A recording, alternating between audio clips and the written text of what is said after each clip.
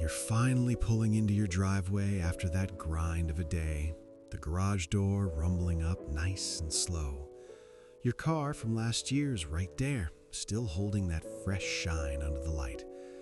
You grab the keys, head inside, and dinner is chilling in the fridge from the meal kit subscription. Pop it in the microwave, sink into the couch. Phone lights up with the usual scroll. Feels good, doesn't it? Solid routine.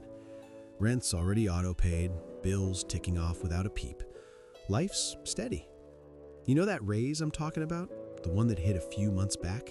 10% bump, nothing crazy, but it showed up in the paycheck.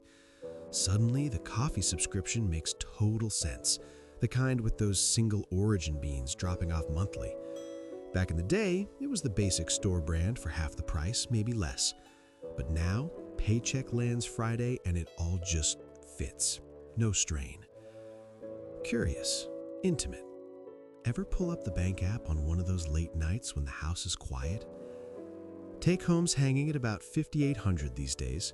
Rent pulls $2,200. That's for the 2-bedroom spot with the balcony you actually use sometimes. Groceries and those meal kits clock in around $700. Car payments steady at $550. Gas another $200 to get you around. Streaming bundles $120. Gym membership $80.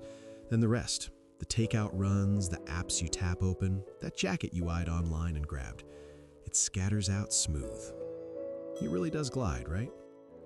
Rewind to last year, take home was $5,200 and you'd be all over those line items, skipping the delivery fee, brewing your own pot at home to save a few bucks. Now, those fees just blend into the day. The jacket shows up, hangs perfect in the closet for weekend plans. Paycheck covers it all, no second thoughts creeping in. Let's just notice how it shifted, step by casual step. That raise meant $600 extra hitting the account each month. Meal kits, though, went from hit or miss to every single week now, easily $120 more vanishing there. Coffee pods doubled up without you clocking it, $40. Takeout stretched from just Fridays to Thursday, Friday, Saturday nights. Call that $250 easy. The jacket? $180 on a whim. Streaming added that one extra channel you wanted, $15. The gym threw in those personal training slots, another $60. Watch it stack as we talk. Start with $120 from kits, add $40 coffee, $160. $160 plus $250 takeout, that's $410. $410 plus the $180 jacket hits $590. Toss in $15 for the stream, $605. $60 more for training, $665 right there. That whole raise swallowed up before the calendar flips to May. Those little upgrades turned into the new normal, didn't they? And man, that's where the ease settles in deep. Choices stop needing that close look. The app glows green every time. Balance chills around $1,200 by month's end. Why go digging when it doesn't pinch? That curiosity about where it all goes, it just fades out quiet when the math stays comfortable. Peace like that, it's real. Flip it around though. Think about people sitting on real cushions, same kind of take-home as yours. Their rent, maybe $1,600 for a 1-bedroom that works just fine. Food's all home-cooked in bulk, totaling $400 across the board. Car payment, long gone. They roll in something paid off.